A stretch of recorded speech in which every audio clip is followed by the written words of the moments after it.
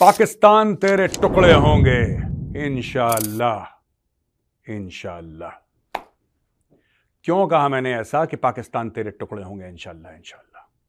दोस्तों, पाकिस्तान ने 1971 से कोई भी सबक नहीं सीखा। ये उसी रास्ते पे चल रहे हैं जो 1971 के पहले चलते थे।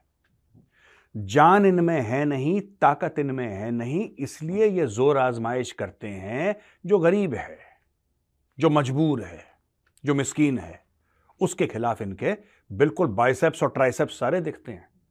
इनकी मर्दानगी सारी उन्हीं पे उतरती है जो इनको जवाब नहीं दे पाते। G8 इस्लामाबाद में, G8 सेक्टर इस्लामाबाद में एक सेक्रेटेरिएट है पाकिस्तान तहरीक इंसाफ का, जो कि इमरान खान की पार्टी है। आपको पता है, इमरान खान को पहले 10 साल की जेल, फिर उसके बाद 14 साल की जेल, उसकी बीवी को 14 साल की जेल, कभी तोशा खाना, कभी साइफर, अभी अल कादर ट्रस्ट में अलग मामला चल रहा है। उसके मामले खत्म नहीं हो रहे।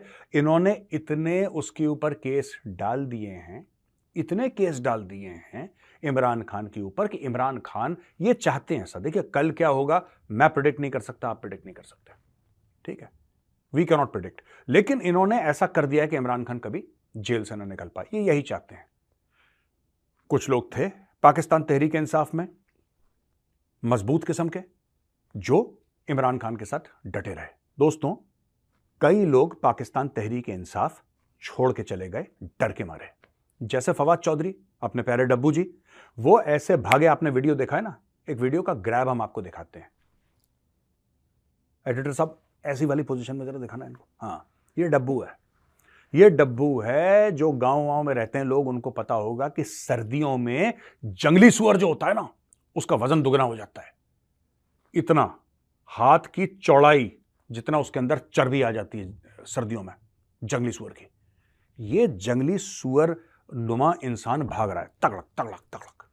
ये वही बंदा है जो कभी न्यूक्लियर वॉर की बात करता था, जो कहता था कि इमरान तेरे साथ रहेंगे, मौत आ जाए कोई बात नहीं, तेरे उसूलों पे अपनी जिंदगी कुर्बान। ये ऐसे भाग गए, ठीक है। और छोड़ के, मैं आपको बता रहा हूं, छोड़ के Shirin Mazari, I respect that lady, छोड़ के शिरीन मजारी, बाकी सब जो भी इमरान को छोड़कर गए कायर, ठीक है जी। असद उमर भगली है, ये भगली है, वो कोई बात नहीं, दैट्स ओके। मैं दोस्तों इमरान खान का कोई फैन नहीं हूं, बिल्कुल फैन नहीं हूं। और इमरान खान की 10 ऐसी पॉलिसी हैं जिससे मैं डिसएग्री करता हूं। लेकिन मैं आपको एक बात बता दूं, वो आदमी बेखौफ है, यह मानना पड़ेगा। कोई और उसकी जगह होता, अभी तक पैर पकड़ चुका होता। अभी तक उसकी जगह कोई आदमी होता, वो टूट चुका होता, हाथ पैर जोड़ के कॉम्प्रोमाइज साइन कर चुका होता। खान ने नहीं करा। क्या खान कल ऐसा करेगा? I don't no.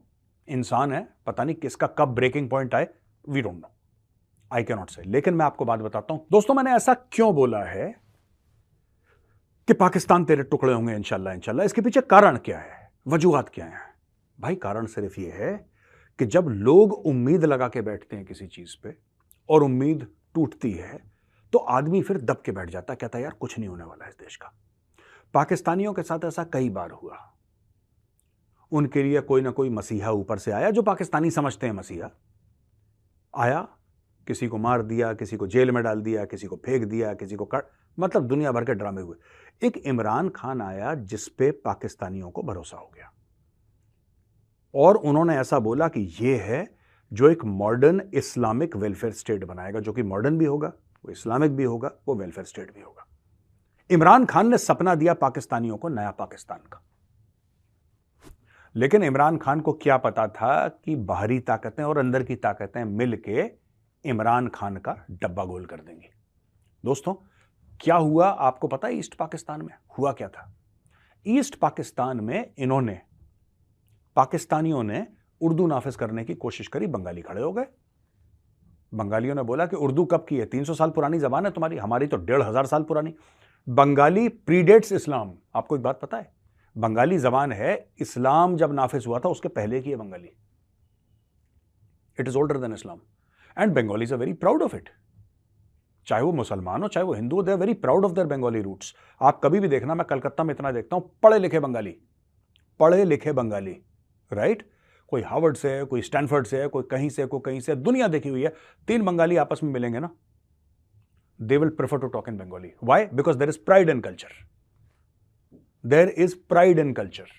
यही आप साउथ में चले जाओ, Tamils will talk in Tamil because they are extremely proud of their heritage, proud of their culture. ऐसे लोगों को हराना बड़ा मुश्किल हो जाता है दोस्तों.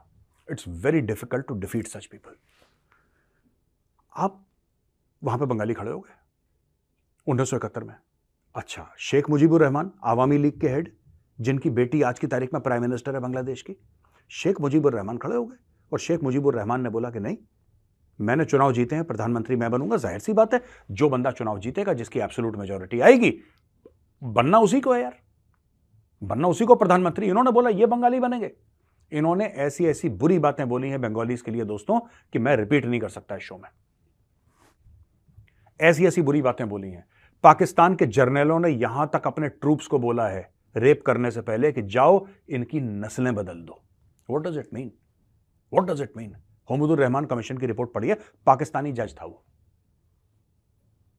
हमदुर कमीशन पढ़िए आप रिपोर्ट, आपको पता लग जाएगा. जो कई चीजें तो छुपा दी ना पाकिस्तानियों ने, वो इंडियन मीडिया था जिसने सबके सामने जग जाहिर करा, बोला कि ये इनकी करतूतें हैं. तो मैं ये कहना चाहता हूं कि दोस्तों, ये जो पूरा मैटर है बांग्लादेश बनने का, ये वही चीज बलूचिस्तान में कर रहे हैं, ये वही चीज और जगह कर रहे हैं, ये वही चीज सिंध में कर. इनको ये नहीं पता कि लोगों के साथ आप ऐसा डील नहीं कर सकते.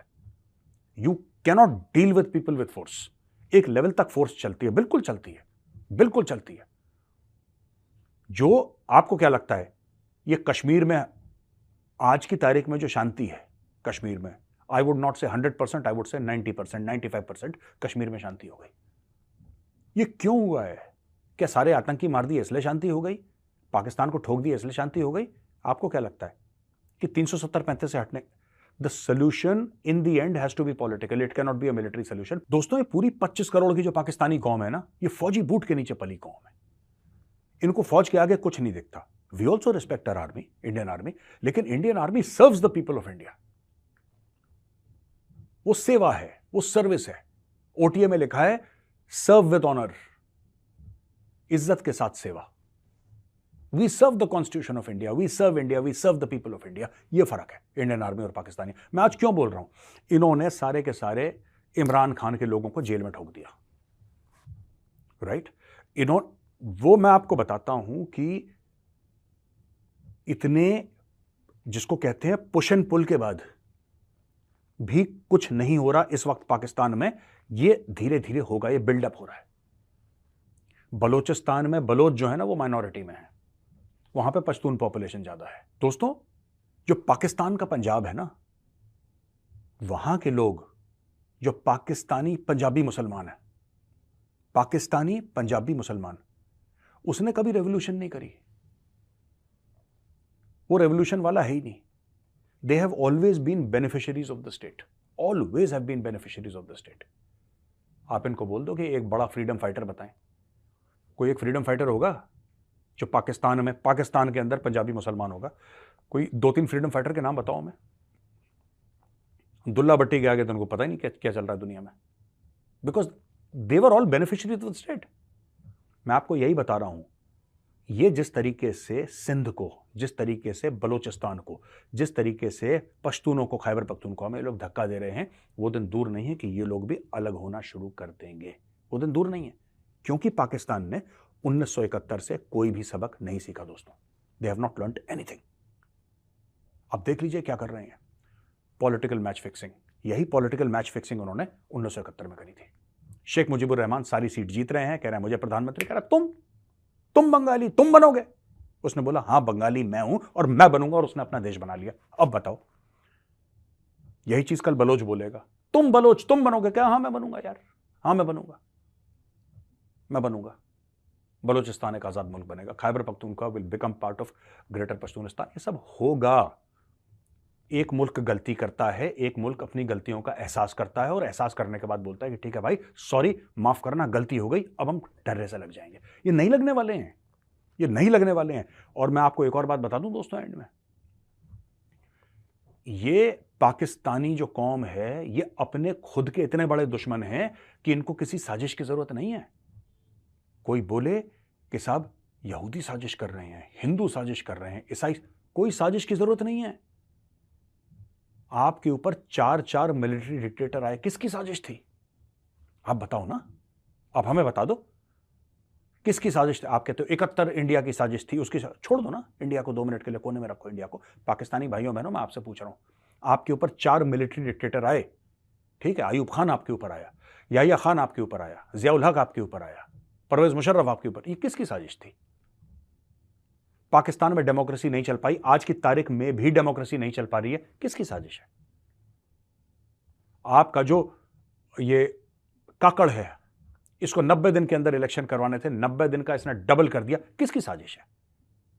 आपके जितने भी सियासतदान हैं और आपके जर्नल हैं, ज्यादातर सियासतदान, मैं सारे सियासतदानों की बात नहीं कर रहा, ज्यादातर सियासतदान और जर्नल हैं, ये चोर हैं। इनके बड़े बड़े महल दुबई में बने हैं, इनके बड़े बड़े महल बने हैं लंदन में और फ्रांस में और यूएस में बने हैं बड़े बड़े महल, शॉपिंग मॉल्स हैं इनके, प्लाजे हैं इनके, ये किसकी साजिश है?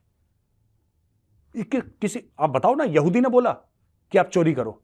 अगर यहूदी ने बोला चोरी करो तो बता दो फिर साहब, उस फलाने यहूदी ने उस दिन बोला था पाकिस्तानी जर्नल को कि तुम चोरी करो। जनरल आसिम सलीम बाजवा, पापा जॉन वाला, उसने अरबों की दौलत लूट ली पाकिस्तान से। आपका कमर जावेद बाजवा, हजारों करोड़ों उसने गायब कर लिए पाकिस्तान से, किसकी साजिश थी?